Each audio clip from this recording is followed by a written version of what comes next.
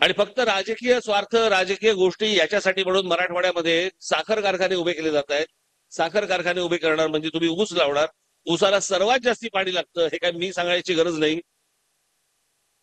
जमिनीतलं पाणी शोषून घेतं ते पीक.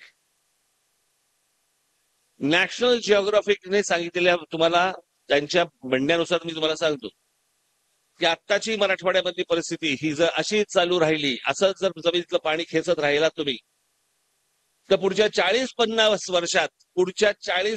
वर्षात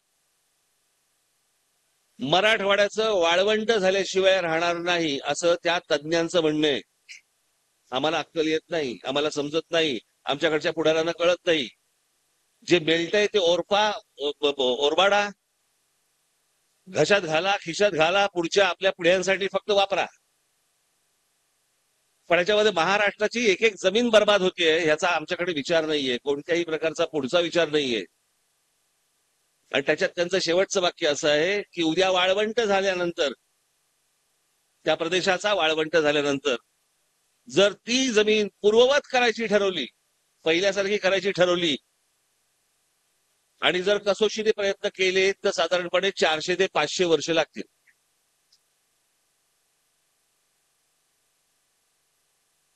आज आम्ही आमच्यामध्येच भांडतो आहोत.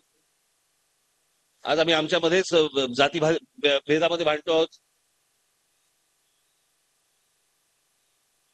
कोणी मराठा, कोणी कुणबी, कोणी माळी, कोणी साळी, कोणी आगरी, कोणी ब्राह्मण, कोणी मराठा. काय चालू आहे? हे चालू नाहीये, हे चालवलं जातंय. हा महाराष्ट्र एकसंघ राहू नये, हा एकत्र राहू नये, यातला मराठी माणूस एकत्र राहू नये, याच्यासाठी बाहेरच्यांचे प्रयत्न सुरू आहेत, हे आमच्या आतल्या लोकांना समजत नाहीयेत. हा राज ठाकरे गेली अनेक वर्ष बोंबलून बोंबलून बोंबलून बोंबलून हेच सांगतोय महाराष्ट्राला. जे जे महाराष्ट्राचं जे जे चांगलं आहे ते ते बाहेर काढा. बाहेर निघत नसेल, उद्ध्वस्त करा.